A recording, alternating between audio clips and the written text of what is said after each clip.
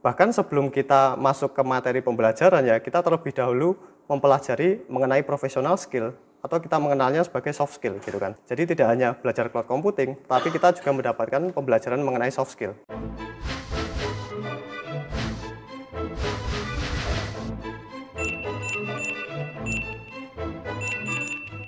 Kalau di video sebelumnya kita sudah membahas basic dan fundamental dari cloud computing ya, maka di video kali ini kita akan membahas kurikulum pembelajaran dari pelatihan AWS dengan Orbit Future Academy dan BPVP Surakarta. Di minggu pertama kemarin kita sudah mendapatkan akses ke LMS atau Learning Management System ya. Jadi Learning Management System itu merupakan sebuah dashboard yang kita gunakan untuk mendapatkan materi pembelajaran pada pelatihan kali ini.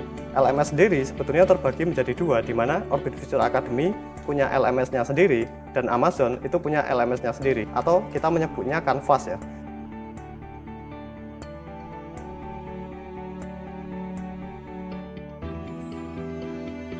Jadi di Canvas ini akan berisi seluruh pembelajaran yang akan kita gunakan selama pelatihan cloud computing ini.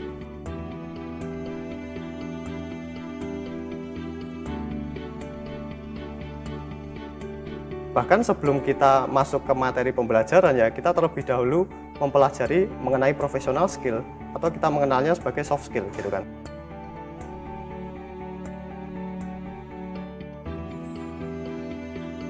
Nah, selain dari professional skills ya atau soft skill, itu terlebih dahulu kita mempelajari cloud foundation atau fondasi atau pemahaman dasar mengenai cloud computing.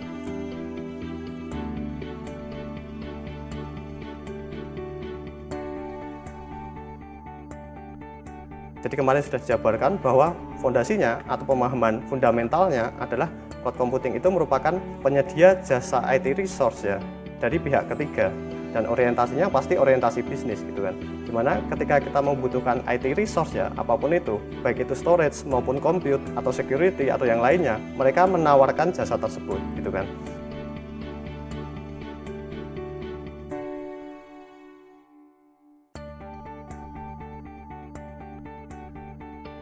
Nah, fundamental dari cloud computing ini termasuk di dalamnya adalah produk-produk dari AWS ya. Jadi karena program kita merupakan program dari AWS atau Amazon Web Service, maka kita harus memahami layanan dan jasa apa saja yang mereka tawarkan gitu kan. Setelah kita mempelajari fundamental dari cloud computing ya, selanjutnya adalah kita mempelajari Linux. Jadi Linux ini merupakan salah satu sistem operasi yang ada pada sebuah komputer.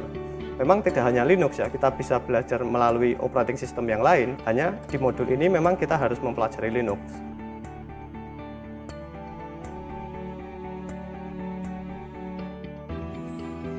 Di dalam materi tersebut ada pemahaman dalam bentuk PDF dan juga ada KC atau knowledge check. Artinya ketika kita selesai mempelajari modul tersebut ya, akan ada semacam kuis yang harus kita kerjakan.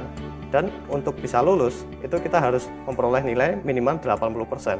Jadi tidak hanya materi yang harus kita pelajari, tetapi juga ada kuis atau knowledge check yang harus kita kerjakan gitu kan. Dan program ini memang dirancang untuk 12 minggu. Jadi materinya, materi untuk dipelajari dan kuis untuk dikerjakan itu cukup banyak ya. Selain dari knowledge check atau kuis di setiap modul, juga terdapat lab atau semacam praktek yang harus kita lakukan sesuai dengan modul pembelajaran yang ada. Jadi ketika kita belajar Linux, akan ada lab atau praktek yang harus kita kerjakan menggunakan Linux. Begitu juga dengan networking, begitu juga dengan security dan seterusnya.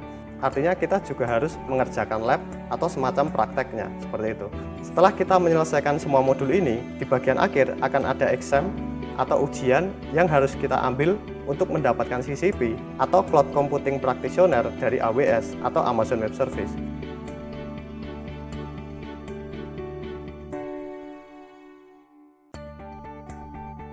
Di minggu kedua itu kita selesai dengan materi mengenai Linux. Artinya di minggu berikutnya kita akan mempelajari networking dan akan kita jabarkan secara lengkap di video selanjutnya. Terima kasih sudah menyaksikan, semoga informasinya bisa bermanfaat.